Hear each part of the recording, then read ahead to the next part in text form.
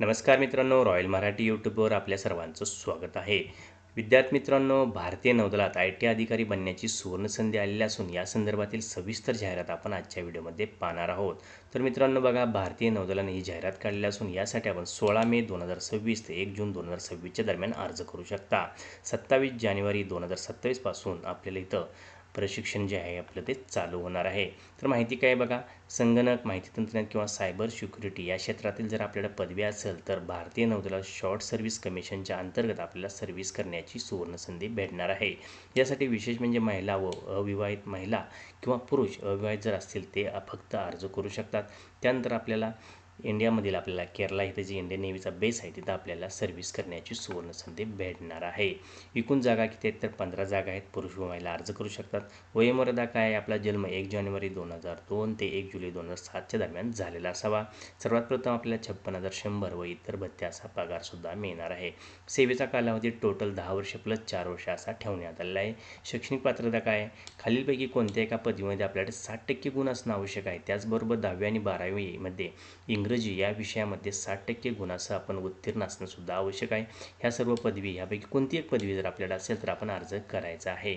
अंतिम वर्षातील विद्यार्थीसुद्धा अर्ज करू शकतात. फक्त त्यांना जून 2026 पूर्वी officer@navy.gov.in वर आपल्या पदवीचा जो पुरावा आहे तो सादर करावा लागणार आहे. NCC धारक विद्यार्थ्यांसाठी सुद्धा विशेष इथं सूट देण्यात आली, ती सुद्धा पाहून घ्यायची आहे.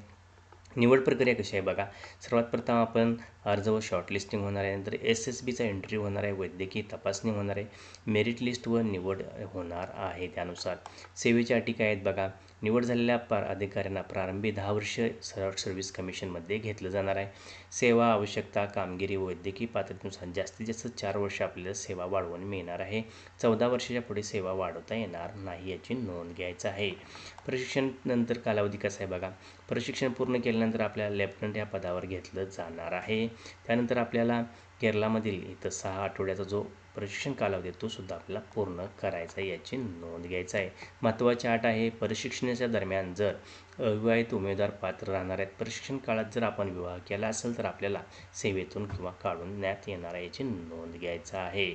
सब लेफ्टनंटचा पगार किती असणार तर 56,100 महिन्याला पगार असणार आहे. त्याचबरोबर HRA, ट्रान्सपोर्ट अलाउन्स व इतर भत्तेसुद्धा आपल्याला दिलं जाणार आहे. आता अर्ज कसा करावा, तर अर्ज करण्यासाठी सर्वात प्रथम इंडियन नेव्हीच्या वेबसाईटला जॉईन व्हा, रजिस्ट्रेशनची प्रक्रिया करा. सर्व डॉक्युमेंट, मोबाईल नंबर, आधार कार्ड व इतर माहिती आपल्याला व्यवस्थित भरायची आहे. त्यानंतर अर्ज सबमिट करून अर्जाची प्रिंट आपल्यासोबत ठेवायची आहे. तीच प्रिंट आपल्या इंटरव्ह्यूच्या वेळीसुद्धा घेऊन जाणं बंधनकारक आहे.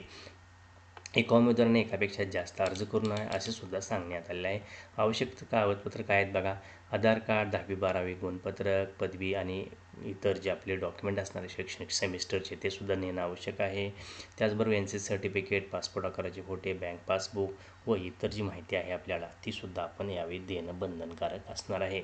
तर मित्रांनो बघा, आपल्याला इंडियन नेव्हीमध्ये सर्व्हिस करण्याची सुवर्णसंधी आली असून 16 मे 2026 ते 1 जून 2026च्या दरम्यान आपण ऑनलाईन पद्धतीने लवकरात लवकर अर्ज करायचा आहे.